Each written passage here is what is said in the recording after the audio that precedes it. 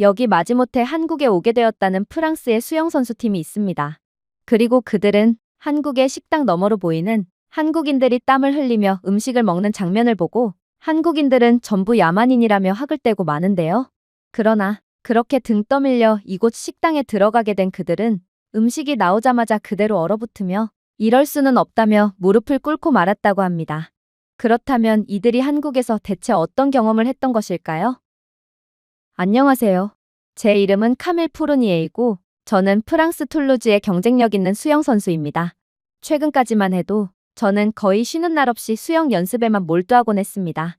하지만 요즘 들어 이상 기온으로 인해 유럽이 점점 더 더워지면서 저는 여름 때만큼은 도저히 연습에 집중할 수가 없게 되어버렸어요. 안 그래도 열악한 전력망을 가지고 있는 유럽, 특히나 프랑스였는데 더운 날씨로 인해 전력 수요가 늘어남에 따라 이제는 전력망이 과부하되어 저희 도시인 툴루즈는 아예 장기적인 정전이 나버렸거든요. 저희 팀 수영장은 이제 미지근한 녹색 모기알과 떨어진 천장 먼지 그릇으로 변해버렸음에도 시의회는 언제 전력 및 수도 공급이 재개될지 알 수 없다는 황당한 발표만을 일삼았는데요. 심지어 코치는 40도에 육박하는 더위 속에서도 학교 주차장에서 저항대를 가지고 훈련하자고 제안하는 정신나간 소리를 해왔기에 저는 그를 인권침해 혐의로 신고하는 것을 진심으로 고려하기도 했어요. 그러나 문제는 해결될 여지가 보이지 않았어요. 프랑스 남부의 도시들은 워낙 잦은 정전과 낮은 수압으로 유명했기에 다른 도시들도 공공수영장을 전부 폐쇄해버리고 말았거든요. 그런데 그렇게 꼼짝없이 저희의 여름 연습 기간을 그대로 날려버릴 위기에 직면한 그때 저희 팀원 휴고가 저희의 운명을 완전히 바꿔놓는 충격적인 소리를 해오기 시작했습니다. 해결책은 간단해.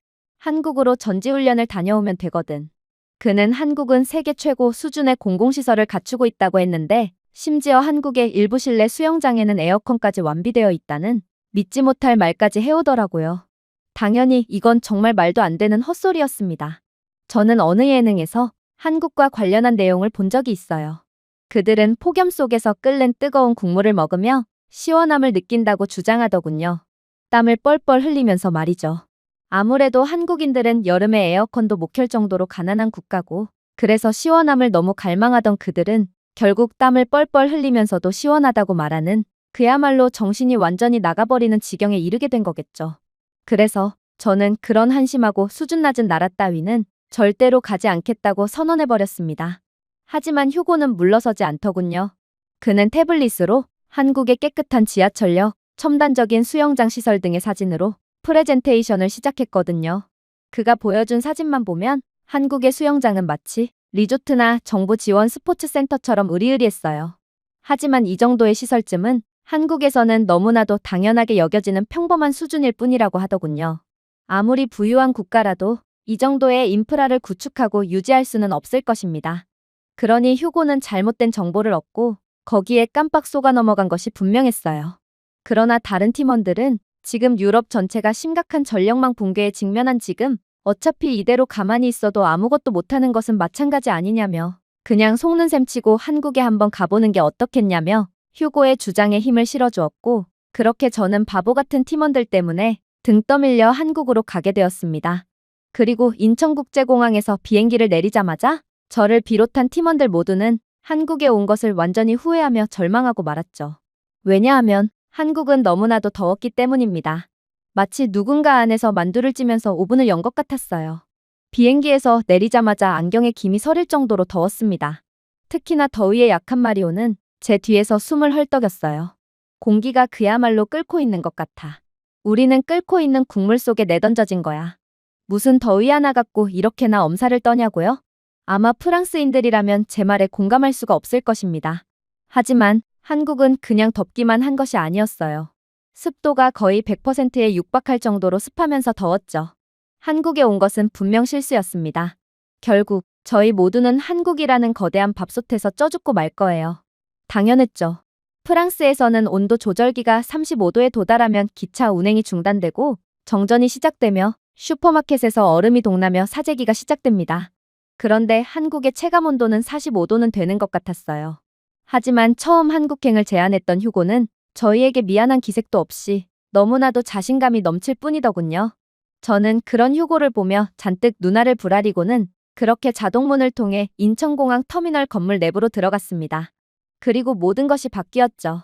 인천공항 안에는 또 다른 행성이 있는 것 같았습니다. 출입문까지의 단 1cm 차이로 출입문 밖은 지옥이지만 출입문을 들어서자마자 온도가 거의 15도 이상은 떨어진 것 같았어요. 땀 범벅이 된 머리카락이 이마에 달라붙는 것을 멈췄습니다. 다시 숨을 쉴 수 있었죠. 이게 도대체 무슨 상황이라는 말인가요? 프랑스 대다수의 공항에는 에어컨 따위가 아예 존재하지도 않습니다. 그래서 임시방편으로 설치한 대형 선풍기에는 승객들 모두가 달라붙어 필사적으로 더위를 쫓으려 애를 쓰고 있죠.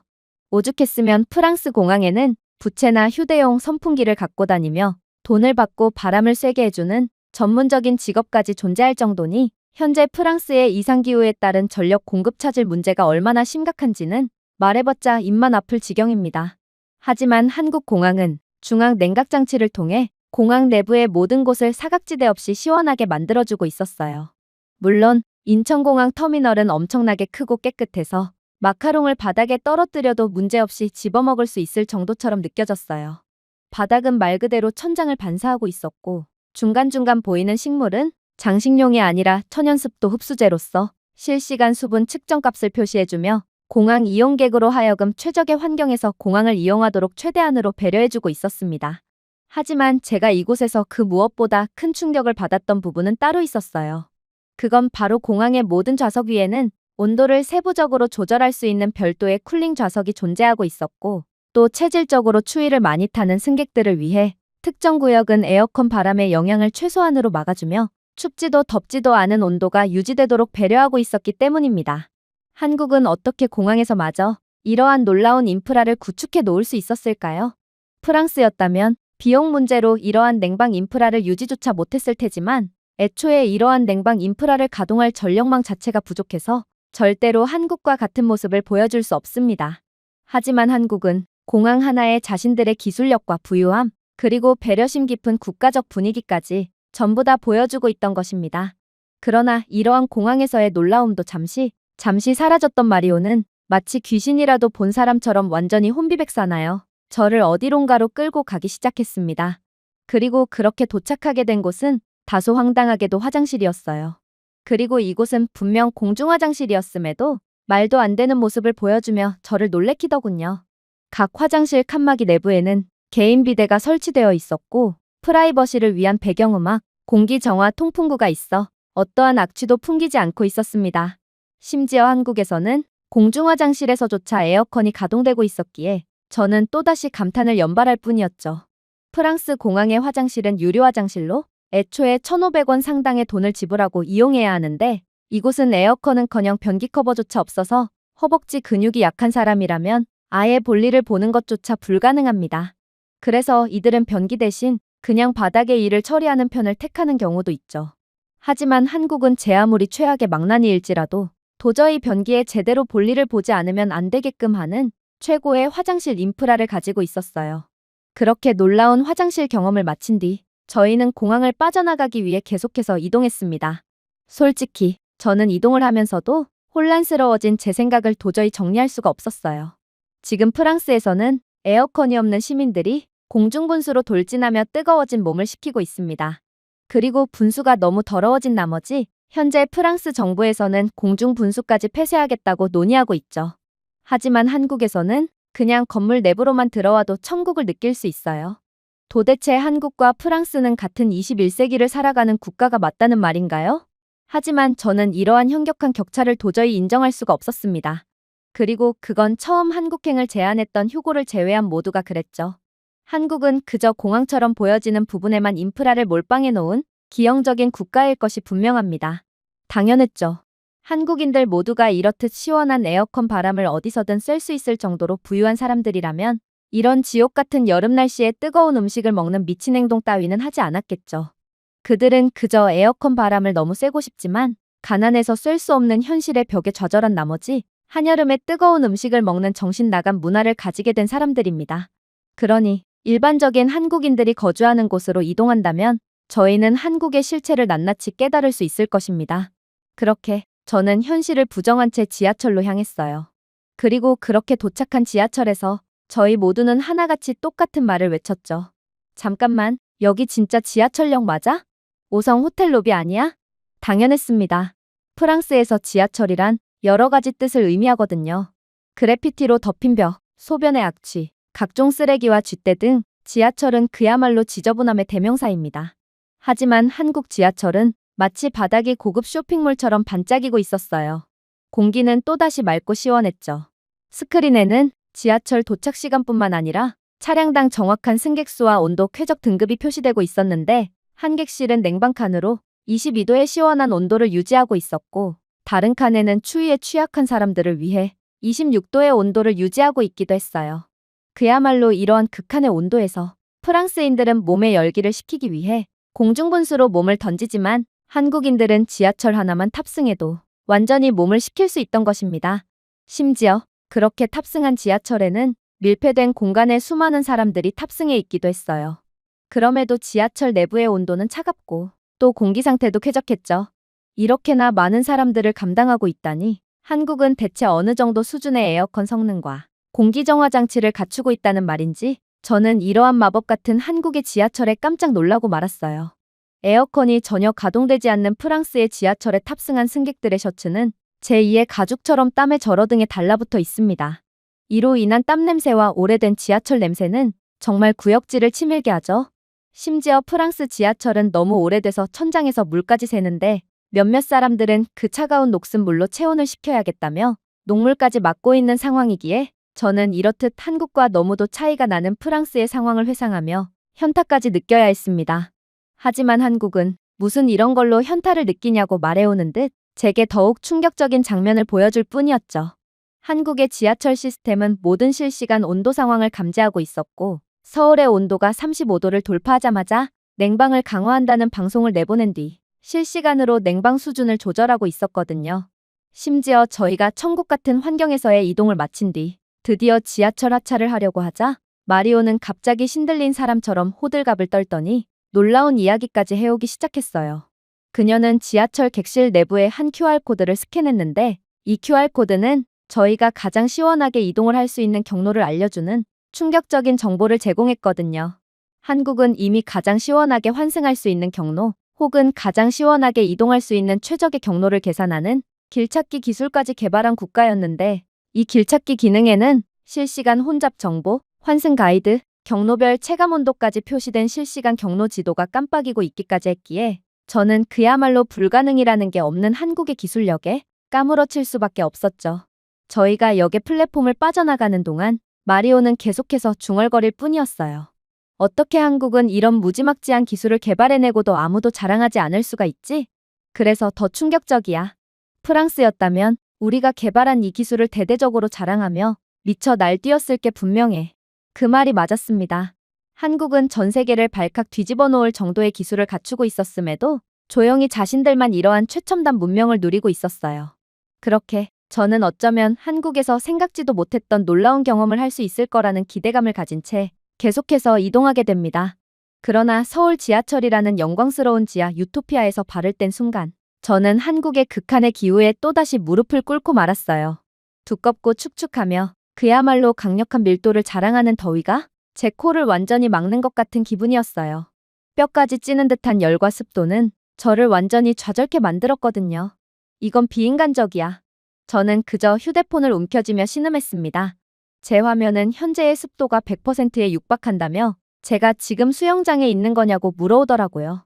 그렇게 저희가 푹푹 찌는 더위에 녹아가고 있을 때 저는 바로 앞에 작은 식당에 유리 너머로 벌어지고 있는 충격적인 장면을 목격하게 되었습니다. 마치 밥솥에서 마라톤을 하는 듯 땀에 흠뻑 젖은 한국인들이 김이 펄펄 나는 국물을 마시고 있었거든요.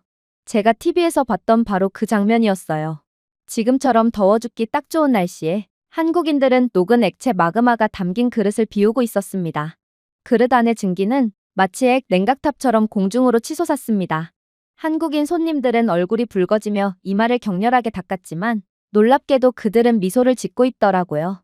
그리고 기본적인 한국어 정도는 알아들을 수 있는 휴고는 그들이 뜨거운 국물을 비우면서 시원하다라고 외치고 있다고 말해왔어요. 마리온이 눈을 깜빡였습니다. 그가 방금 그 뜨거운 용암을 상쾌하다고 불렀다고? 앙투아는 그저 표정을 찡그릴 뿐이었어요. 아마 휴고가 잘못 알아들은 것일 수도 있고 아니면 열사병 증상일 수도 있어. 그야말로 한국인들은 더위를 먹어서 미쳐버린 거지. 제가 구급차라도 불러야 하나 고민하는 순간 갑자기 휴고가 더 이상은 안 되겠다며 해당 식당에 들어가기 시작했어요. 지금 더워 죽으나 저 뜨거운 국물을 먹고 더워 죽으나 똑같아. 이왕 참을 수 없는 더위인데 그냥 한국인들을 똑같이 따라해보기라도 하자고. 혹시 알아? 한국인들의 행동을 그대로 따라했다가 우리의 더위가 전부 사라져 버릴지 말이야. 저는 절대로 저 뜨거운 용암을 먹지 않을 것입니다. 그래서 휴고를 말리기 위해 빠르게 그를 따라간 뒤 팔을 잡았어요. 하지만 그 순간 휴고가 식당 문을 열자 얼음처럼 차가운 공기가 식당 밖으로 뿜어져 나왔습니다. 그랬습니다. 한국인들은 가난해서 여름에 뜨거운 음식을 먹는 것이 아니었어요. 이들은 이미 시원한 환경 속에서 뜨거운 음식을 먹고 있었던 거였죠. 도대체 왜일까요? 저는 알면 알수록 이해가 안 되는 한국인들의 모습에 그저 할 말을 잃고 말았어요. 그리고 휴고가 주문한 대로 똑같이 삼계탕이라는 음식을 주문해보기로 했죠. 이곳은 분명 한국이라는 외국이었음에도 음식을 주문하는 과정은 프랑스에서보다 훨씬 쉬웠어요. 식당의 각 테이블에는 주문을 할 수 있는 개인 태블릿이 있었고 알레르기 여부, 향신료 수준 맞춤 설정, 그리고 메뉴 선택에 따라 세부적인 영어 설명까지 제공하고 있었기에 한글을 모르는 외국인들도 쉽게 메뉴를 이해하고 주문을 할 수 있었거든요. 더욱 놀라웠던 건 아무리 간단한 음식일지라도 주문을 한 지 1시간은 지나야 느릿느릿 음식이 제공되기 시작하는 프랑스와는 달리 한국에서는 주문을 한 지 단 몇 분 만에 김이 모락모락 나는 그릇들이 저희 앞에 도착했다는 것입니다. 심지어 한국에서는 저희가 주문하지 않은 푸짐한 반찬들까지도 전부 무료로 제공되었죠. 삼계탕은 마늘 냄새, 인삼 냄새, 할머니의 치료제 같은 고대의 약재 냄새가 수세기에 걸쳐 전해져 내려오는 것 같았는데 마리오는 겁에 질려 도저히 숟가락을 움직일 생각을 안 하더군요. 너 정말 그걸 먹을 거야? 이 더위에? 저는 제 옆에 정장 차림의 남성들이 땀으로 얼굴을 반짝이며 시원하다는 말을 반복하는 모습에 용기를 얻었고 그렇게 조심스럽게 삼계탕 한 숟가락을 먹게 되었습니다. 삼계탕은 예상대로 용암처럼 뜨거웠어요. 혀가 충격에 휩싸였고 뇌는 지금이라도 늦지 않았으니 도망가라는 명령을 내렸죠. 저는 마치 누군가 이마에 수도꼭지를 연 것처럼 즉시 땀을 흘리기 시작했습니다. 처음에는 한여름에 이런 음식을 대체 왜 먹는지 이해가 안 갔지만 곧 이상한 일이 일어났어요. 얼마 후 땀은 더 이상 고통처럼 느껴지지 않았거든요. 한 숟가락 더 떠서 부드러운 닭고기를 떼어내자 거의 녹아내리는 것 같은 기묘한 평온함이 느껴졌어요. 국물은 감칠맛, 풍미 등 제가 한 번도 접해보지 못한 깊은 맛이 났어요. 마늘은 거칠지 않고 부드럽게 느껴졌고 인삼은 건강식품 특유의 쓴맛이 아닌 오히려 달콤하게 느껴졌죠. 제 몸은 이제 더위에 죽어가고 있는지 아니면 더위를 아예 초월하고 있는지조차 모를 정도가 되었습니다. 그럼에도 삼계탕을 멈출 수는 없었어요. 밥과 마늘, 대추, 인삼으로 속을 채운 어린 닭 한 마리가 통째로 들어있어 진하고 향기로운 삼계탕은 그야말로 제정신을 쏙 빼놓았거든요.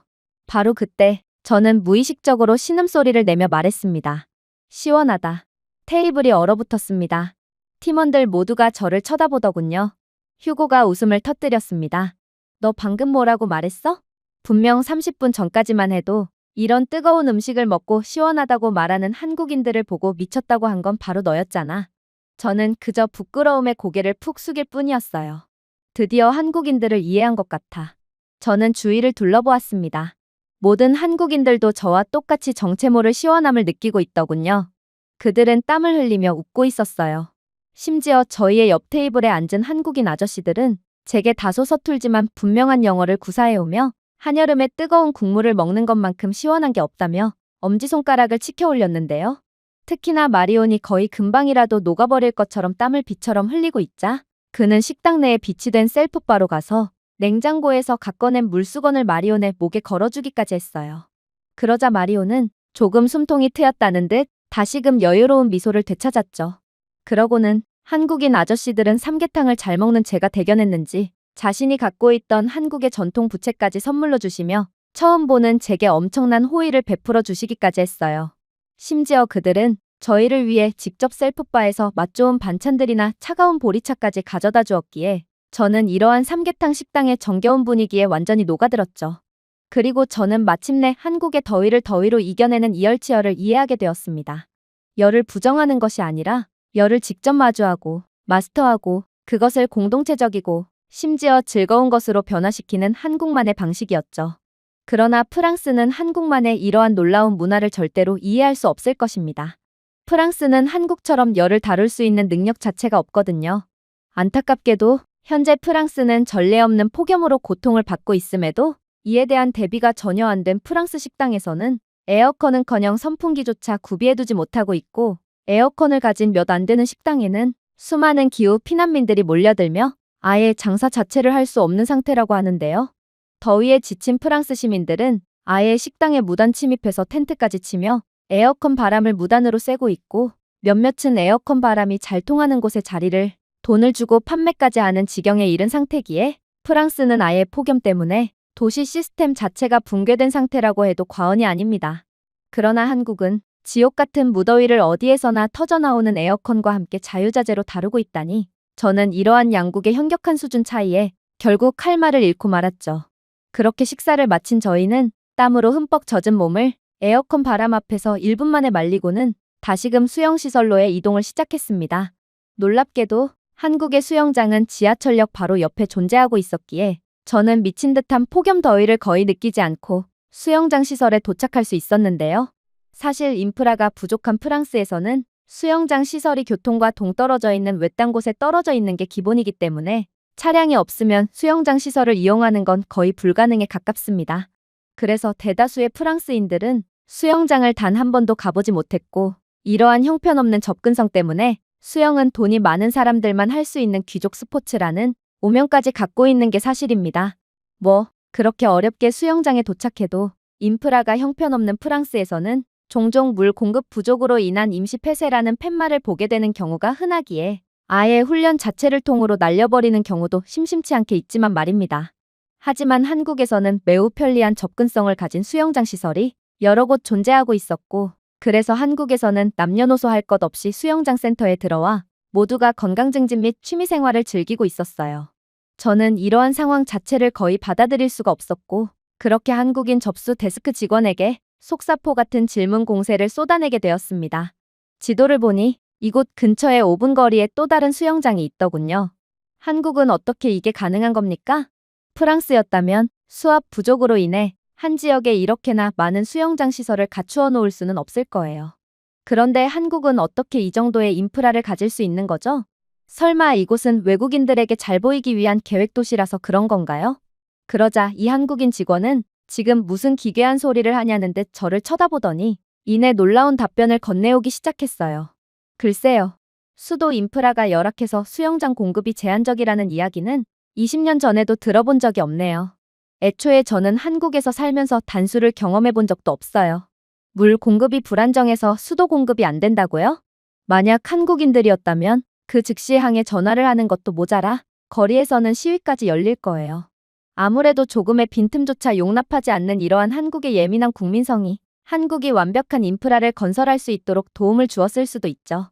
저는 그녀의 말을 듣자마자 거의 피가 거꾸로 쏠리는 듯한 기분이 들었습니다. 사실 예민하고 불편한 국민성은 프랑스도 한국 못지않아요. 오히려 한국보다 훨씬 더 예민한 사람들이 바로 프랑스인들이라고 할 수 있죠. 그러나 똑같이 민원과 항의를 제기하지만 이를 고치기 위해 실제로 행동으로 옮기는 한국과는 달리 프랑스는 그저 책임을 회피하고 누군가에게 책임을 전가하기 바쁩니다. 이러한 양국의 차이는 지금과 같은 폭염 상황에서도 현격히 드러나죠. 전력 공급 불안정 및 에어컨 자체가 없어서 시원한 바람을 쐬지 못한 프랑스 국민들은 매일같이 땀을 한 바가지 흘리고 있습니다. 그러나 프랑스에서는 수도 공급조차 불안정하기에 이들은 땀을 흘리고도 도저히 씻을 수조차 없죠. 하지만 한국에서는 가장 열악한 지역에서조차 씻을 걱정을 하는 일 따위는 없다고 했어요. 한국에서는 산골 오지마을에서조차도 매우 깨끗한 물, 심지어 뜨거운 온수가 콸콸 나오는 것은 너무나도 당연한 일이기 때문입니다. 그리고 이렇듯 짧은 거리에 여러 곳의 수영장 시설이 존재하는 것 자체가 한국의 세계 최고 수준의 인프라와 부유함을 여실히 증명한다고 할 수 있죠. 물론 이곳 수영장의 기본적인 시스템조차 프랑스는 따라할 수조차 없을 정도로 우수하더군요. 사실 저는 프랑스에서조차 수영장이 물 부족으로 폐쇄된 마당에 열악한 국가라고 생각했던 한국에서 수영장 시설을 이용할 수 있을 거라는 기대를 전혀 하지 않았습니다. 그래서 저는 어떠한 수영 장비도 챙겨오지 않았죠. 그러나 한국은 이러한 수영 장비를 챙겨오지 않아도 얼마든지 수영장을 이용할 수 있는 국가였습니다. 이곳 수영장에는 수영복을 구매할 수 있는 별도의 키오스크가 존재했고, 저는 굳이 현금을 이용할 필요도 없이 카드 결제 한 번에 이 모든 장비를 결제할 수 있었거든요. 특히나 수경과 수영모의 경우 이곳 수영센터 카운터에서 별도로 대여해 주기까지 했는데요. 그런데 저는 이곳에서 수경과 수영모를 대여하다가 정말 믿기 힘든 사실을 발견하게 되었습니다. 바로 한국인 직원은 수영 장비를 대여하려는 제게 어떠한 담보 물품도 요구하지 않았기 때문이에요. 프랑스에서는 무언가를 대여하기 위해서는 신분증과 현금이 기본적으로 요구될 뿐만 아니라 프랑스인들은 신분증을 담보로 맡겼음에도 대여 물품이 자신의 물건이 아니라는 이유로 매우 험하게 다루곤 합니다. 그래서 프랑스에서는 대여 시스템 자체가 오래 지속될 수가 없죠. 결국 저는 이런 식으로 마구잡이로 대여를 진행하다간 분명 모든 대여 물품이 도난당하고 말 거라며 한국인 직원 앞에서 거의 질색을 했습니다. 하지만 한국인 직원은 유창한 영어를 구사하며 충격적인 말을 해오기 시작하더군요. 글쎄요, 이건 그냥 수영모와 수영안경일 뿐이에요. 별 대단히 비싼 물건도 아니죠. 그런데 이런 걸 누가 훔쳐가겠어요? 실제로 저는 이곳에서 2년 동안 일하고 있는데 대여 수영 장비를 반납하지 않고 그냥 간 경우는 단 한 번도 없어요. 이런 걸로 양심을 속인다고요? 설마요. 저는 이러한 한국과 프랑스의 소름 돋도록 현격히 차이나는 시민의식 수준에 결국 고개를 푹 숙이고 말았습니다. 애초에 만약 한국인들이 물건을 마구잡이로 훔치는 사람들이었다면 대여 시스템 자체도 운영하고 있지 않았겠죠. 하지만 역시나 한국은 5,000원짜리 수영모도 전부 훔쳐가 버리는 프랑스인들과는 차원이 다른 사람들이었던 것입니다. 그러나 저는 아직까지도 모르고 있었습니다. 제가 지금까지 본 모습은 한국이 앞으로 보여줄 모습에 비한다면 10분의 1 수준도 안 되는 모습이었다는 것을 말이죠. 일단 저희는 본격적인 수영시설로 진입하기 전 탈의실을 거쳐야 했습니다. 그리고 늘 그랬듯이 저희의 귀중품을 전부 한데 모아 탈의실 구석진 곳에 숨기기 위해 마땅한 곳이 있나 살피고 있었죠. 그런데 그때 중년의 한국인 여성이 저희를 걱정스럽다는 눈빛으로 쳐다보더니 이내 번역앱을 통해 말을 걸어오는 거 아니겠어요? 혹시 놓고 간 물건이 있는 건가요? 제가 당신의 물건을 찾을 수 있도록 도와드릴게요. 그녀의 말에 저는 그저 태연하게 대답할 뿐이었어요. 아니요. 탈의실 라커룸은 믿을 수가 없어서 귀중품을 숨겨놓을 마땅한 장소가 없나 찾아보는 중이었어요. 제가 온 프랑스에서는 이러한 과정이 당연하게 여겨지거든요. 그러자 이 중년의 한국인 여성은 무슨 뚱딴지 같은 소리를 하냐는 듯 저를 쳐다보더니 이내 충격적인 말을 해오기 시작했습니다. 뭐라고요? 라커룸 안은 잠겨져 있는데 도대체 당신의 귀중품을 어떻게 훔쳐갈 수가 있단 말이에요? 그리고 한국인들은 당신이 굳이 귀중품을 라커룸 안에 놓고 잠그지 않아도 절대로 훔쳐갈 사람들이 아니에요. 그녀의 말에 저희 팀원 모두는 거의 박장대소를 할 뻔했어요. 아니, 아무리 한국이라도 그렇지. 이건 너무 오바를 하는 거 아닌가요? 그러나 그렇게 이 아주머니의 손가락이 가리키는 곳으로 시선을 던졌을 때 저희 모두는 예상치도 못한 기괴한 장면을 목격하고 그대로 완전히 넋이 나가고 말았습니다. 바로 탈의실 한편의 의자에는 웬 지갑 하나가 놓여 있었기 때문인데 그 지갑은 누구도 손대지 않았는지 지폐가 그대로 들어 있었어요. 도대체 이게 무슨 상황이란 말인가? 저는 이 중년의 여성에게 자초지종을 묻게 되었는데 그녀는 이내 경악을 금치 못할 말을 해오더라고요. 보세요. 사람들은 가끔 실수를 하곤 합니다. 그리고 저기 보이는 지갑의 주인은 깜빡하고 자신의 지갑을 라커룸에 넣지 않고 그대로 수영장 내부로 들어간 모양이에요. 저는 이곳 수영장 센터를 5년 동안 다녔고 이렇듯 스마트폰을 만지다가 그대로 의자에 놓고 가는 경우 지갑 등의 귀중품을 미처 라커룸에 넣어두지 않거나 챙기지 않고 그냥 가버리는 경우를 수도 없이 봐왔어요. 하지만 이곳에서 잃어버린 물건이 결국 주인에게 돌아가지 못했다는 이야기는 들어본 적도 없어요. 보세요. 이곳은 탈의실이고 그러니 CCTV조차 찾아볼 수 없어요. 만약 누군가 물건을 훔침으로써 완전 범죄를 꿈꾸었다면 쉽게 그럴 수 있다는 이야기죠. 하지만 한국인들은 절대로 남의 물건에 손대지 않아요. 이게 바로 한국이죠. 저희 모두는 일동 그대로 얼어붙고 말았습니다. 프랑스에서는 마스터키를 통해 모든 시설을 돌아다니며 라커룸을 열어 귀중품을 훔치는 전문적인 직업까지 존재하는 상황입니다. 심지어 시설 직원이 직접 라커룸을 열고 자신의 고객의 물건을 훔치는 경우도 있어서 프랑스에서는 그야말로 그 누구도 믿을 수가 없어요. 수영선수인 저희는 이러한 귀중품 도난 경험이 수차례나 있을 뿐더러 한 번은 누군가가 제 고가의 옷과 스마트폰 및 귀중품을 전부 훔쳐간 적이 있었기에 저는 그대로 꼼짝없이 수영장에 발이 묶인 채 부모님이 저를 데리러 올 때까지 헐벗은 채 수치스러운 기다림을 지속해야 한 적도 있습니다. 하지만 한국에서는 제발 훔쳐가 달라고 애원을 하는 듯한 행동을 해도 한국인들은 절대로 돈 앞에서 인간이길 포기하는 사람들이 아니었어요. 그리고 한국인 아주머니의 남의 물건을 훔치는 행위 자체를 이해하지 못하는 것 같은 표정을 본 저는 도대체 한국이라는 나라는 뭐하는 국가인가 싶어 할 말을 잃고 말았습니다. 물론 라커룸 시설 말고도 이곳에는 프랑스의 수영센터에서는 볼 수 없는 놀라운 것들이 가득했어요. 일단 헤어드라이어가 10수대나 구비되어 있고 샤워 장비 또한 10수대나 구비되어 있다는 점도 놀라웠어요. 프랑스였다면 애초에 도난 문제로 헤어드라이어 자체가 자물쇠로 잠겨 있을 뿐더러 샤워 시설도 동전을 넣어야 작동되도록 조치를 취해놨을 것이 분명합니다. 당연했죠. 프랑스에서는 이러한 공공시설의 장비나 물을 훔쳐가는 도둑들이 판을 치고 있거든요. 심지어 애초에 프랑스는 전력 및 수도 공급이 매우 불안정해서 헤어드라이어 10수대를 한 번에 작동한다면 건물 전체에 정전이 일어나고 말 것이 분명해요. 그러나 한국의 그저 평범한 수영센터가 보여준 모습은 그런 프랑스를 완전히 개발도상국으로 만드는 충격적인 모습이었고 저희 모두는 그저 한국의 무지막지한 모습에 일동경악을 할 수밖에 없었죠. 특히나 마리오는 이러한 한국의 상상을 아득히 초월하는 인프라와 높은 시민의식 수준에 깜짝 놀랐는지 거의 이성을 잃어버린 채 모든 헤어드라이어를 동시에 작동하고 또 모든 샤워 시설의 물을 동시에 틀어보기도 했는데요.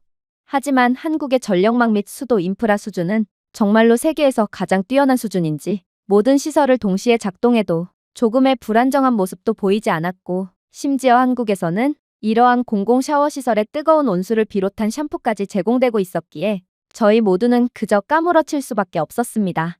프랑스에서는 고급 호텔에서도 종종 온수 보급이 중단될 정도로 인프라가 매우 불안정하고 열악하며 샴푸 등의 비품을 무료로 제공한다면 그대로 훔쳐가고 말 것이 뻔하거든요. 그러나 선진국 시민인 한국인들은 그런 일 따위는 일평생 단 한 번도 겪지 못하는 사람들이었던 것입니다. 그렇게 저희는 완전히 넋이나간 채 수영장 시설로 향했어요. 그리고 막 남자 탈의실에서 나온 다른 남자 팀원들도 저희와 똑같은 완전히 얼이 빠진 표정을 하고 있더군요. 아무래도 그들도 탈의실에서부터 한국과 프랑스의 아득한 수준 차이를 인지하고 깜짝 놀라고 말았던 거겠죠. 하지만 저희는 아직 놀라기는 일렀어요. 한국 수영장 시설의 모습은 저희의 프랑스에서의 프로 선수 경력을 완전히 부정할 정도로 놀라웠거든요. 일단 수영장은 매우 깔끔하게 잘 관리되고 있었을 뿐만 아니라 물도 지속적으로 교체를 하고 있는지 물의 색깔도 매우 푸르렀어요. 심지어 한국의 수영장에는 수영장 내부의 물이 일정 온도로 계속해서 유지되도록 체온 센서에 의해 유발되는 쿨링 미스트 스프레이까지 존재하고 있었고 몇몇 수영 초보들에겐 별도의 스마트 팔찌까지 무료로 대여해주며 수영 초보자들이 안전 수준 이상으로 심박수가 급증하면 안전 요원과 착용자 모두에게 경고해주기도 했어요. 그야말로 이곳은 수영장 그 자체뿐만 아니라 기술과 안전, 그리고 건강 등 모든 것들이 경이로울 정도로 유지되고 있었습니다. 안타깝게도 프랑스에서는 저희 같은 선수들이 훈련을 하는 수영센터에서도 이 정도의 높은 수준은 절대로 기대할 수 없습니다. 수영장 내부는 관리가 제대로 안 돼서 녹이 잔뜩 쓸어 있으며 수영장 물 또한 물 부족으로 인해 전혀 교체할 생각을 안 해서 거의 녹색에 가까운 오염된 물을 유지하고 있을 뿐이죠. 이끼가 끼어있는 수영장 물에는 정체불명의 갈색 건더기가 둥둥 떠다니고 있는데 저는 그게 나뭇잎이라고 믿고 통과했지만 제가 마주한 것은 즉각적인 구토를 유발하는 악취와 물살에 의해 잘게 가루로 쪼개지는 누군가의 배설물이었습니다. 심지어 몇몇 사람들은 기저귀를 찬 아이나 자신의 반려견을 수영장 내부로까지 데려오는 믿지 못할 수준을 보여주고 있는데요.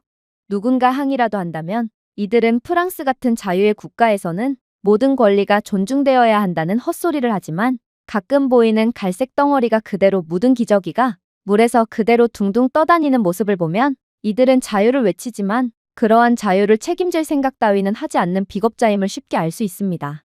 그러나 한국에서는 사람들의 평균적인 시민의식 수준 자체가 프랑스보다 훨씬 높은지 이곳에서 이해가 안 되는 행동이나 수준 낮은 행동으로 남에게 피해를 주는 사람을 단 한 명도 볼 수가 없었고, 아무래도 한국의 이러한 공공편의시설이 이렇듯 우수하게 유지되고 있는 이유도 전부 이러한 한국인들의 높은 수준에서 비롯된 것처럼 보였습니다. 심지어 한국에서는 이러한 불쾌한 상황을 애초에 원천 차단하고 있기까지 하다고 했는데요. 한국 수영장에는 생물학적 위험 프로토콜이 존재하고 AI 센서는 오염을 즉각적으로 감지할 수 있다고 했거든요. 만약 수영장 내부에 이물질이 발생하는 즉시 시스템은 수영장 섹션을 즉시 종료하며 자외선 살균을 활성화하고 심한 경우에는 수영장 물을 즉시 교체하는 절차를 시행한다고 했습니다. 하지만 이러한 한국의 무지막지한 모습은 그저 시작일 뿐이었어요. 제가 이곳에서 가장 놀랐던 부분은 한국에서는 어린아이들의 수준조차도 믿을 수 없을 정도로 높았다는 점이었거든요.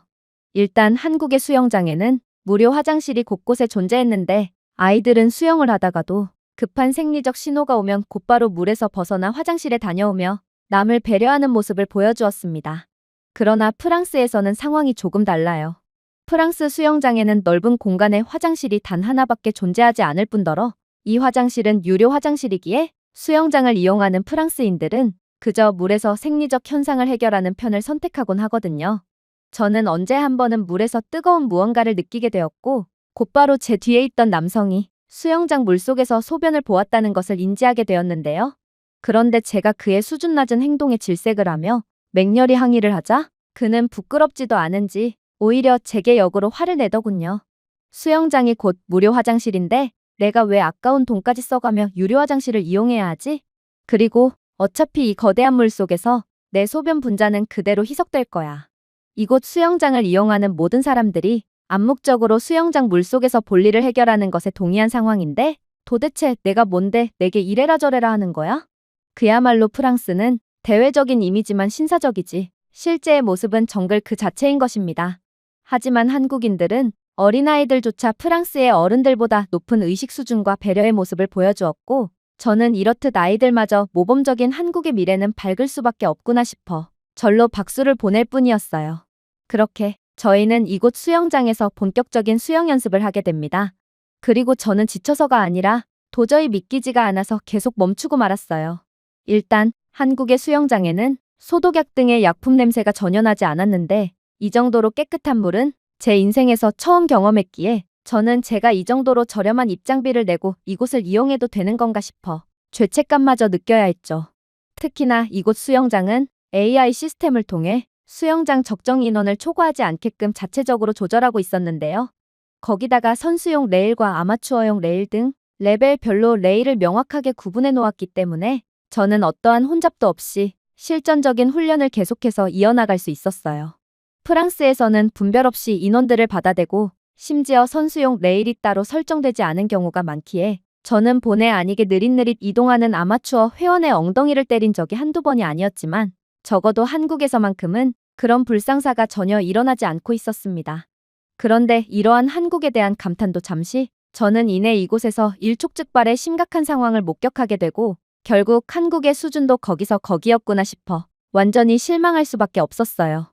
일단 한 아이는 자신의 수영 장비가 사라졌다고 말해오는 듯 수경이 있어야 할 텅 빈 수영모를 붙잡고 울고 있었는데 한 험악한 인상의 한국인 어른이 아이에게 달려와 뭐라고 말을 하며 아이를 강제로 어디론가 끌고 가기 시작했거든요.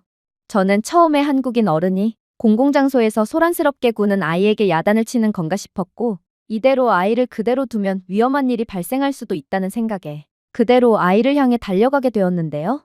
그런데 그렇게 한국인 어른이 아이를 데려간 곳에 도착했을 때 저는 완전히 경악을 할 수밖에 없었어요. 바로 수영장 한편에는 분실물 보관소가 설치되어 있었고 이곳 수영장에서 잃어버린 각종 수영 장비와 목걸이 등의 귀중품이 그대로 주인을 기다리고 있었거든요. 한국인들은 정말로 남의 물건을 주워도 훔쳐가지 않고 있었고 어떠한 대가도 기대하지 않고 너무나도 당연하다는 듯 분실물 보관소에 자신이 주운 물건을 둔 뒤 그대로 수영에 열중할 뿐이었어요. 사실 프랑스 수영장에는 수영장 바닥 부분에서만 집중적으로 헤엄치며 수영장 바닥에 가라앉은 귀중품을 수집한 뒤 판매해서 생계를 유지하는 전문적인 직업까지 존재하는 상황입니다. 그러나 한국에서는 한국인들 모두가 힘을 모아 남들이 잃어버린 물건을 되찾아주고 있었어요. 결국 아이를 이곳으로 데려온 한국인 어른은 아이를 혼내려던 것이 아닌 울고 있는 아이의 문제를 해결해주기 위해 자신의 시간을 내가면서 아이를 도와줬던 거였습니다. 그 순간 저는 한국인들을 과소평가했다는 겸손한 깨달음에 가슴이 조이는 것을 느꼈습니다. 저는 지갑을 잃어버리면 되찾을 수 있을 거라는 모든 가능성과 희망이 사라지고 그래서 되찾을 의지조차 사라지는 문화에서 자랐습니다. 그러나 한국에서는 귀중품을 잃어버리면 다른 사람이 자신의 진실성을 보여줄 수 있는 기회가 되는 것 같았어요. 하지만 제가 이렇듯 감동을 느끼고 있을 무렵 저는 곧 끔찍한 위기의 상황에 직면하게 됩니다. 모든 상황은 마리온이 비명을 지르면서부터 시작되었어요. 그녀의 비명은 마치 누군가 방금 헤어드라이어를 물에 빠뜨린 것처럼 수영장 전체에 울려 퍼졌습니다. 어깨가 부러진 것 같아. 살려줘. 저는 급히 달려갔습니다. 사실 마리오는 저번 대회를 준비하다가 어깨 부상을 당했고 지금은 재활훈련에 집중해야 하는 상황이었습니다. 그러나 마리오는 그만 무리해서 훈련을 진행했고 결국 문제가 터진 모양이었어요. 하지만 누가 그녀를 구해줄 수가 있을까요? 여긴 수영장이에요. 프랑스에서는 이렇듯 수영장에서 긴급한 상황이 발생해도 도움을 받을 수 있는 긴급 대응 시스템이 전혀 준비되어 있지 않습니다. 아마도 마리오는 병원이 있는 도시 중심부까지 3시간은 차를 타고 달려가야 겨우 의사를 만나볼 수 있겠죠. 그러나 그때 예상치도 못한 상황이 펼쳐지기 시작했습니다.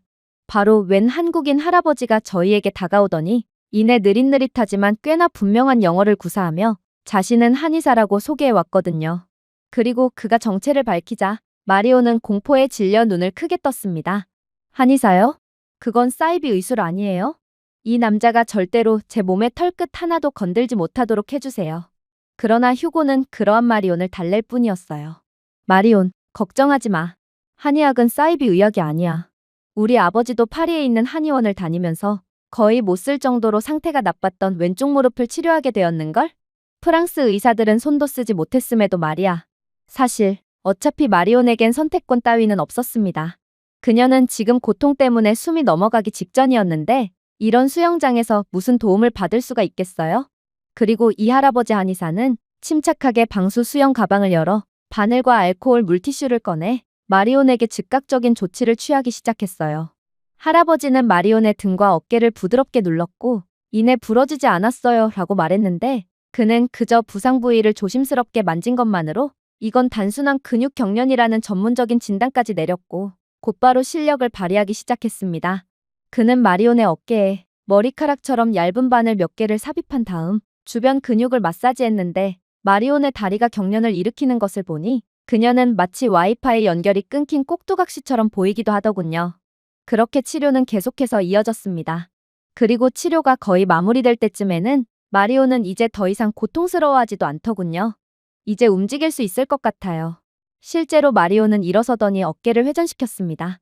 그녀는 마치 신의 얼굴을 본 것처럼 한의사 할아버지를 향해 눈을 깜빡였습니다. 아무것도 느껴지지 않아요. 더 이상 아프지 않아요. 이게 무슨 마법이에요? 한국인 할아버지는 그저 어깨를 으쓱할 뿐이었어요. 마법이 아니에요. 한국이 발전시킨 한의학이라는 의술이죠. 저는 얼어붙은 채로 서 있을 뿐이었습니다. 이것은 그늘진 뒷골목 약초 치료법이 아니었어요. 사실 빈부격차가 심한 프랑스에서는 도저히 병원에 갈 형편이 되지 않는 사람들이 넘쳐납니다. 그래서 많은 프랑스인들은 인증된 병원 대신 무면허 불법 의사들을 찾아가곤 하죠. 공구함의 펜치를 사용하여 치아 발치를 하고 마취 대신 독한수를 주는 그런 곳 말입니다.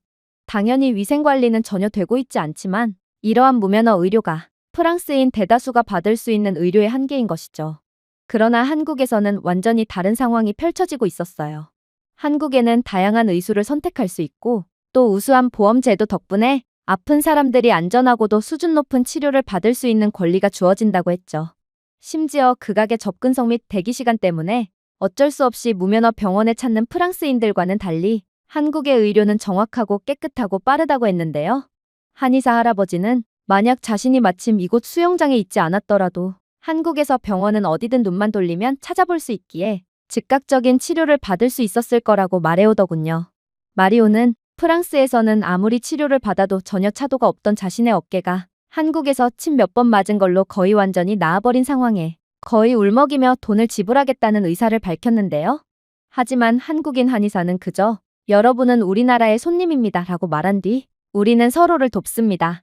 그게 바로 한국만의 방식이죠라는 추가적인 대답을 건넨 뒤 어떠한 돈의 지불도 거절한 채 그렇게 떠나버렸어요. 이제 마리오는 프랑스도 하루빨리 한의학을 공식적인 대학교 교육과정에 추가해야 한다며 떠들어댔지만 이내 이러한 의료적인 부분에서 마저 현격한 격차를 보이는 양국의 수준의 현실을 깨닫고는 결국 입을 다물 뿐이었어요. 그렇게 저희는 훈련을 마치고 수영장에서 나오게 됩니다. 그리고 저희가 수영센터에서 나가려고 할 때 저는 충격적인 장면을 목격하게 됩니다. 그건 바로 수영센터 건물 내부에는 푸드코트가 있었기 때문이었죠. 사실 프랑스 수영장에는 그저 유통기한을 보장할 수 없는 싸구려 샌드위치 값 한 대가 존재하는 게 전부입니다. 그리고 노숙자들은 사람들이 남기고 간 샌드위치를 호시탐탐 노리기까지 하고 있고 만약 샌드위치를 남기지 않고 전부 다 먹으려고 한다면 노숙자들이 보복까지 가하고 있는 게 현실이죠. 이게 바로 프랑스 치안의 실태입니다. 그러나 한국에서는 완전히 다른 상황이 펼쳐지고 있었어요. 여기 한국에는 깨끗하고 밝고 에어컨이 설치되어 있는 번화한 음식 전용층이 존재하고 있었거든요. 어떤 음식을 고를 것인지는 의논할 필요조차 없었죠. 저희는 그저 마늘과 고추장, 참기름의 향기로운 냄새를 따라 한국인 가족들이 가득한 현대식 식당에 홀린 듯 앉게 되었거든요. 역시나 끈적하고 반쯤 박살이 나 있는 프랑스의 푸드코트와는 달리 한국에서는 모든 테이블이 깔끔했어요. 그리고 저희는 이미 이열치열의 위대함에 대해 잘 알고 있던 상황이었습니다. 그래서 강철도 녹일 것 같은 매콤하고도 뜨거운 소고기 국물인 육개장을 주문했어요. 양지머리, 콩나물, 파, 쫄깃한 당면이 걸쭉하게 어우러져 검은 돌솥에서 끓으며 도착했고 그 위력을 경고하려는 듯 거품이 계속되고 있었죠. 그리고 마침내 육개장을 한 입 먹었을 때 저는 이열치열의 논리를 다시 한번 이해하게 되었죠. 음식이 뜨거울수록 그 음식을 마침내 굴복시켰을 때 더 시원해지는 느낌이 들었거든요. 소고기의 풍미, 대담한 고추기름, 발효 페이스트의 감칠맛, 생파의 갑작스럽고 날카로운 시원함 등 역시나 한국의 육개장은 깊이가 대단했어요. 혀가 뒤집히는 것 같았고 코에서는 콧물이 잔뜩 흘렀죠. 그럼에도 불구하고 저는 미소를 지었습니다. 육개장은 맵기까지 했기에 삼계탕을 먹을 때보다 훨씬 더 많은 땀이 흘렀지만 저는 땀을 흘릴수록 시원한 느낌이 들었거든요. 그리고 제 동료들 또한 이러한 한국만의 여름을 극복하는 방법을 이해하게 되었는지 저처럼 땀을 뻘뻘 흘리면서도 멈추지 않고 육개장을 계속해서 비워나갔죠. 그렇게 저희는 완벽하게 배를 채우고 다시 수영센터 밖으로 나갔습니다. 수영장 밖으로 나가는 순간 저희는 충격에 대비하고 있었어요. 서울의 7월 햇살은 일주일 내내 무자비하게 내리쬐며 고층 빌딩에서 빛나고 아스팔트에서 빛나며 모든 숨결을 습한 열기로 감쌌거든요. 하지만 그렇게 걷다 보니 저는 뭔가 다른 느낌이 들기 시작했습니다. 순간적으로 더는 숨이 막히는 것 같지 않았거든요. 그리고 저는 주위를 둘러보다가 그 이유를 알아차리게 됩니다. 저희는 반사 패널로 덮인 크고 우아한 캐노피 바로 아래에 서 있었거든요. 그리고 그 아래에는 2개의 안개 선풍기가 그늘진 인도를 가로질러 시원한 증기를 부드럽게 불어넣었습니다. 구조물에 내장된 디지털 화면에는 온도, 습도, 자외선 지수, 근처 대중교통까지 걸리는 시간 등이 표시되어 있었어요. 그랬습니다. 한국에서는 이렇듯 더위로 인한 사고를 막기 위해 길거리 중간중간 더위를 피할 수 있는 간이 쉼터가 존재하고 있던 거였죠. 그리고 저희가 도시에 깊이 들어갈수록 저는 그러한 한국의 천재적인 피난처들을 더 많이 보았습니다. 예를 들면 주요 도로 모퉁이마다 있는 버스 정류장이 그랬어요. 에어컨과 선풍기가 있는 매끈한 유리 부스 안에는 스마트폰을 충전할 수 있는 충전 포트와 공기청정기 기능이 탑재되어 있는 벤치 등 지능형 냉각 스테이션이 있었는데 이곳에서는 굳이 버스를 기다리는 사람들이 아니더라도 하나같이 더위를 쫓으며 시간을 보내고 있었습니다. 노인들은 책과 아이스 음료를 들고 편안하게 앉아 온화한 한국어 톤으로 대화를 나눴고 4가지 언어로 된 표지판에는 무료 냉방 쉼터라는 문구가 적혀 있어서 외국인들까지 이곳에서 쉴 수 있도록 배려해주고 있었어요. 역시나 한국은 선진국답게 거리 곳곳에는 조경을 위한 식물들과 산책로들도 잘 구비되어 있었는데요. 그런데 이러한 산책로에는 시간이 지정된 스프링클러가 작동되며 온도를 낮추고 식물들이 말라 죽지 않도록 하고 있더군요. 횡단보도에서도 마찬가지였어요. 한국은 조금의 틈조차 용납할 생각이 없는지 횡단보도 근처에는 뜨거운 햇빛을 피할 수 있는 거대한 그늘과 간이의자까지 설치되어 있었기에 이러한 더위 상황에 취약한 노인들이 안전하게 의자에 앉아 신호를 기다리고 있더군요. 저는 이러한 한국의 놀랍도록 선진적인 모습을 보고 그저 부러움에 고개를 떨굴 뿐이었어요. 현재 프랑스에서는 폭염 상황에도 어떠한 냉방 복지가 이루어지지 않고 있고, 프랑스 당국은 에어컨이 설치되어 있는 사람의 집을 공공 쉼터로 임시적으로 지정하겠다는 황당한 주장만을 반복하고 있을 뿐이거든요. 이러한 상황에 랑스에는 폭증한 선풍기 수요로 인해 이제는 선풍기조차 구할 수가 없게 되었고, 광장에서는 휴대용 선풍기를 들고 다니며 바람을 쐬게 해주는 대가로 금전적인 요구를 하는 전문적인 직업까지 생겨난 상황이죠.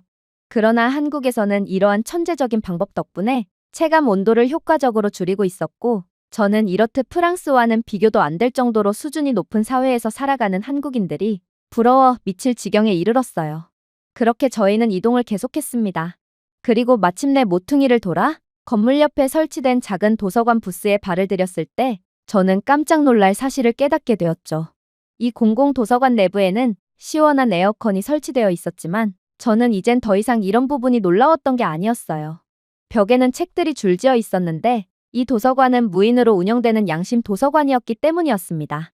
프랑스였다면 이러한 무인 도서관이 생기자마자 책은 물론이거니와 책장채로 그대로 도난당하고 말 것이 분명해요.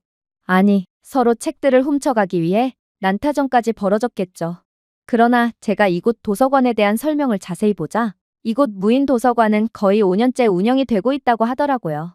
이 무인 도서관이 5년 동안 유지가 되었다는 점은 그야말로 한국인들은 절대로 이곳 도서관의 책들을 훔쳐가지 않았다는 것을 뜻했습니다.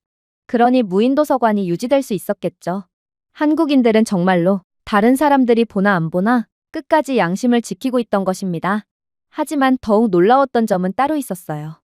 바로 이곳 도서관은 책장의 공간보다도 책이 더 많았다는 것인데, 이 말은 한국인들은 책을 적시에 반납하는 걸로도 모자라 자신의 책을 이곳 도서관에 기부까지 하며 그야말로 도서 회수율을 100% 이상으로 유지하고 있었다는 뜻이었기 때문입니다.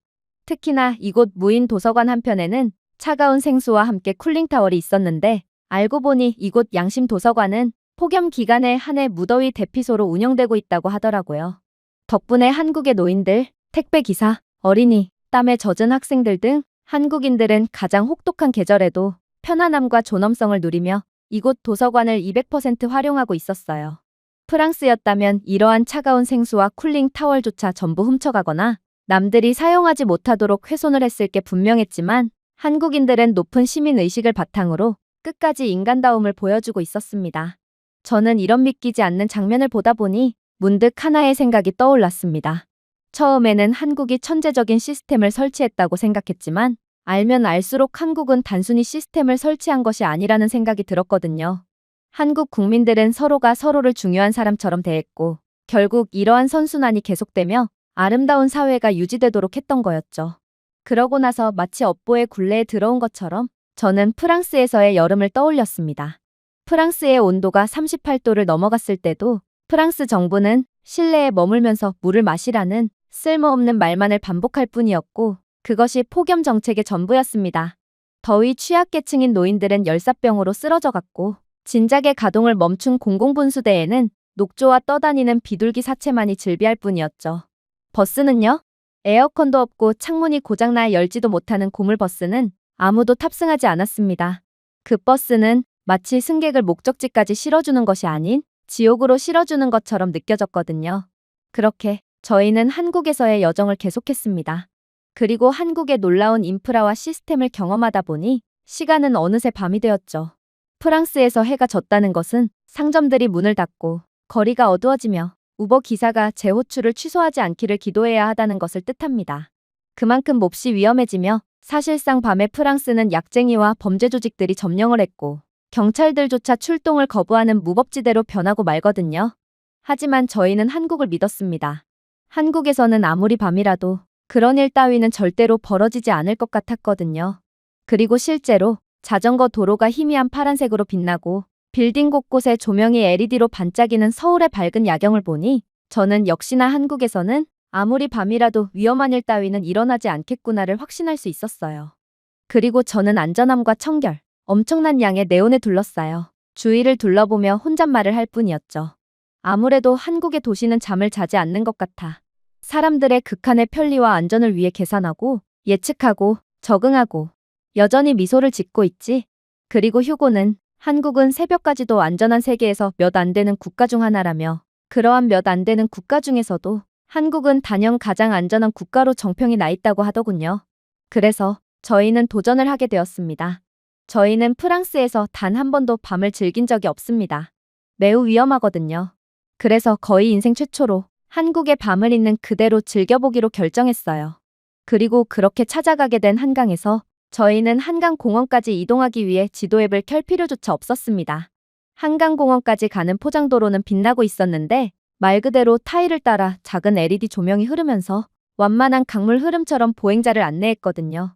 한국은 유명 관광지에 한해 보행자들이 안전하게 이동할 수 있도록 이미 모든 준비를 끝내놓은 상태였던 것입니다. 그렇게 저희는 한강공원에 도착했습니다. 저희는 한강 옆에서 대여한 피크닉 매트에 앉아 서울 스카이라인을 바라보고 있었는데 저희 주변에는 한국인 현지인들이 모여 각자의 방식대로 밤을 온전히 즐기고 있더군요. 어떤 사람들은 데이트를 하고 있었고 다른 사람들은 아이들이나 개들과 함께 달빛 아래 깔끔한 작은 피크닉에 모여 행복한 시간을 보내고 있었어요. 사실 저는 이러한 장면을 보면서도 어안이 벙벙했어요. 프랑스에서 밤의 공원은 그야말로 모든 범법행위가 일어나는 무법지대거든요. 노숙자들은 공원 쓰레기통에 오줌을 싸고 있고 약쟁이들은 약을 거래하고 있으며 만약 이러한 밤 공원의 풀숲에 앉다가 정체불명에 버려진 주사기를 깔고 앉기라도 한다면 그야말로 돌이킬 수 없는 강을 건넌 것과 같게 되죠. 실제로 최근 프랑스에서는 한 초등학생 아이가 학교 후 공원에서 놀다가 밤사이에 약쟁이들이 버리고 간 주사기를 깔고 앉아 찔리는 바람에 언급하고 싶지도 않은 끔찍한 병에 감염되는 경우도 있었어요. 그러나 지금은 거의 밤 10시가 넘은 공원이었음에도 한국의 밤은 너무나도 안전했죠. 그리고 그렇게 저희가 앉아서 한국만의 분위기를 즐기고 있자 휴고가 놀라운 말을 해오기 시작하더군요. 나는 SNS에서 봤어. 한국의 한강 공원에 왔으면 반드시 치킨을 주문해야 한다고 하더라. 어떤 치킨을 주문할래? 달콤한 치킨? 매운 양념치킨? 아니면 반반? 저는 급하게 말했습니다.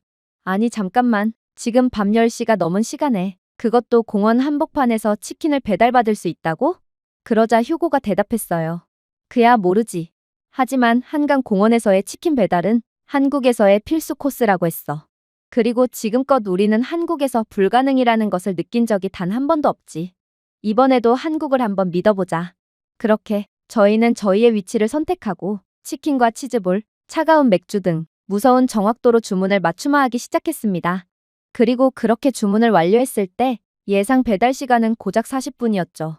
프랑스에서는 오후 7시만 넘어도 배달기사가 안전상의 이유로 주문 자체를 거부하거나 혹은 위험수당으로 음식값 이상의 높은 배달료를 주지 않으면 출동조차 하지 않습니다. 하지만 한국에서는 한밤중에 수많은 인파 사이에서 40분 만에 배달이 완료된다고요? 그렇게 저희는 여러 의심을 하며 배달을 완료했습니다. 그리고 그렇게 35분 후에 한국인 라이더는 정말로 수많은 인파들 사이에서 저희를 완벽하게 찾아내서 저희가 주문한 치킨을 배달해 주더군요. 프랑스의 GPS 기술 수준으로는 저희의 위치를 한강공원이 아닌 한강 물속으로 가리킬 것이 뻔합니다. 그런데 도대체 어떻게 한국은 이러한 놀라운 정확도로 저희를 찾아낼 수 있었을까요? 저는 호기심에 못 이겨 한국인 배달 기사에게 번역 앱을 들이밀며 이건 불가능하다며 장문의 메시지를 남겼는데요. 그런데 배달 기사는 충격적인 내용이 적힌 번역 앱을 다시 건네오는 거 아니겠어요? 한국은 세계에서 가장 뛰어난 배송 인프라를 가진 국가예요. 그리고 이러한 배송 인프라는 한국이 자체 기술력으로 개발한 초고속 물류 네트워크, GPS 정밀도, AI 경로 최적화를 기반으로 하죠. 그러니 밀집된 인파 속에서조차 초고속 네트워크 및 초정밀도 GPS 기술을 기반으로 빠르고 정확하게 고객을 찾아낼 수 있는 거죠.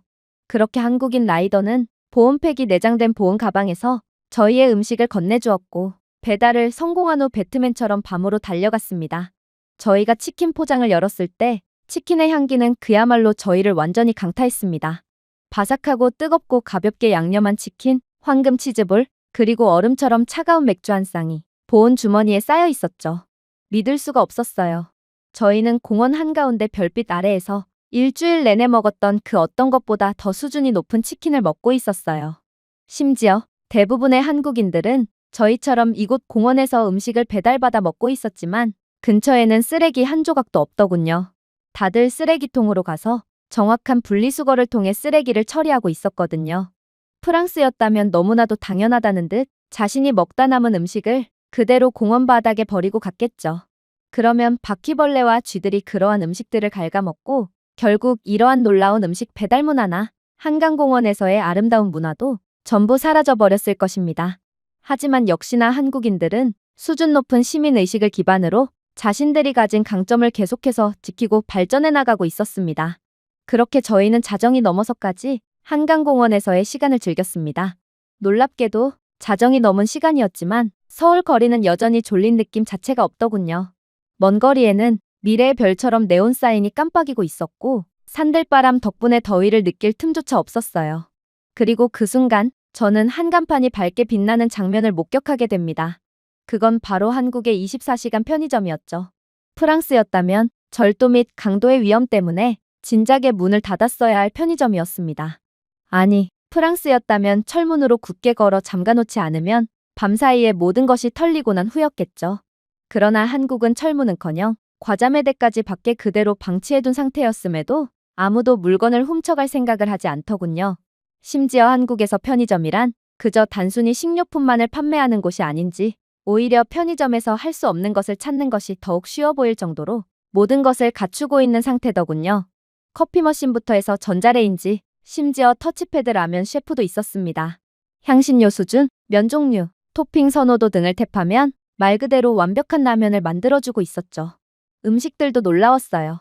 냉장 수제 맥주, 실제로 맛있어 보이는 전자레인지로 조리할 수 있는 한식 도시락, 비타민 워터, 보기만 해도 군침이 도는 즉석라면 등 완벽하게 정리된 아이템들이 줄지어 있었죠.